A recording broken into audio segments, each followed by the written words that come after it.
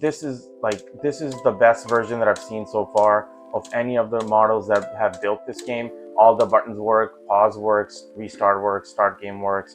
The score is kept. Welcome to the main AI guide. Hey, welcome to my channel, and today I'll be testing the Qwen 3.627B NVPF4 model. Please like the video, subscribe to my channel, and leave a comment for a model I should test next. With that being said, let's just jump right in. This model is one of the best models you can run locally. I am running it on my DGX Spark, however RTX 3090 24GB RAM can run this model comfortably. All right, yeah, we're gonna get right into the first test, which was the instruction follow test, and it did a pretty good job overall. And you're gonna see a theme, like it really takes its time with all these tests.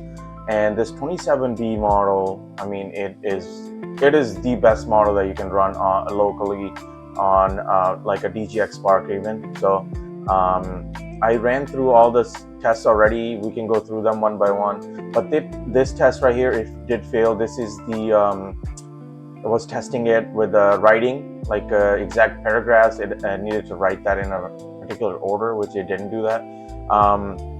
One thing that you're going to notice right away is it takes its time, and this bench local testing has a 5-minute window. So if it does not complete the test within the 5 minutes, it's going to automatically fail it.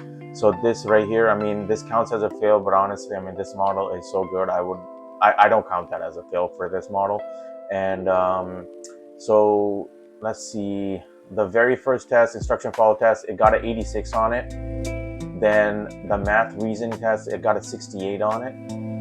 And let me just go to the math reasoning test here. And if you look at the test here, the ones that it failed, so 1, 2, 3, and this one. So this one is the bill splitting test. This one is the constraints consistency check. This one is the Monty Hall variant. So all three of these, I don't count them as fail, honestly. If it had enough time, it would have passed them. This model really takes its time. I'm really impressed with it. And from now on, for my regular work, I'm gonna be using this model. So yeah, for this one, it did get a 68 on it. And because, I mean, if you look at these ones, it technically counts as failed. So this one, it got an 83 on it. Both of the tests that it failed, both of them went beyond, all three of them went beyond 5 minutes, so it failed it.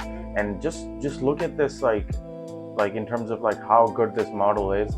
It's a dense model. It's a 27 billion parameter model, one of the best models. And this is just testament, right here, it's just showing, how good this model is in terms of taking its time. So this is just the theme overall in this video that I'm showing you. This is real testing with the DGX, and it's in-house. Everything is running locally. And again, I mean, this test is the data extraction test, and then it failed. The three that failed here, again, 5 minutes, failed the test, but it really does take its time. This one legitimately, it did fail this one. So what score did it get? Let me see. So it's got a 57. Then bug find test. Just overall, I mean, just look at this. Look at this test. Just across the board, it was really taking its time. It got a 45 on it, but I don't count that as 45 in my daily testing that I've done. Daily vibe coding that I do with it. Any other test that I give it, just locally, any help that I need with my work, this model goes above and beyond. It really takes its time, and we can go through the dashboard and go through how long it takes for each one of these tests. And so this one, again, the 2 tests, the calculator, and then this one is the expense tracker. It did fail because of the time limits. And then this one, Flappy Bird style game. I mean, this is the best version that I've seen so far of any of the models that have built this game. All the buttons work, pause works, restart works, start game works. The score is kept. I mean, what else can you ask for? This model is really the best model that you can run locally, and I am really impressed with it.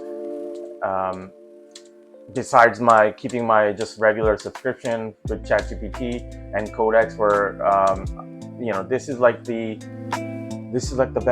best like friend and best model that you can have, and you can and you own it, and which is the amazing part. So let's go back to the dashboard. 14 minutes it took to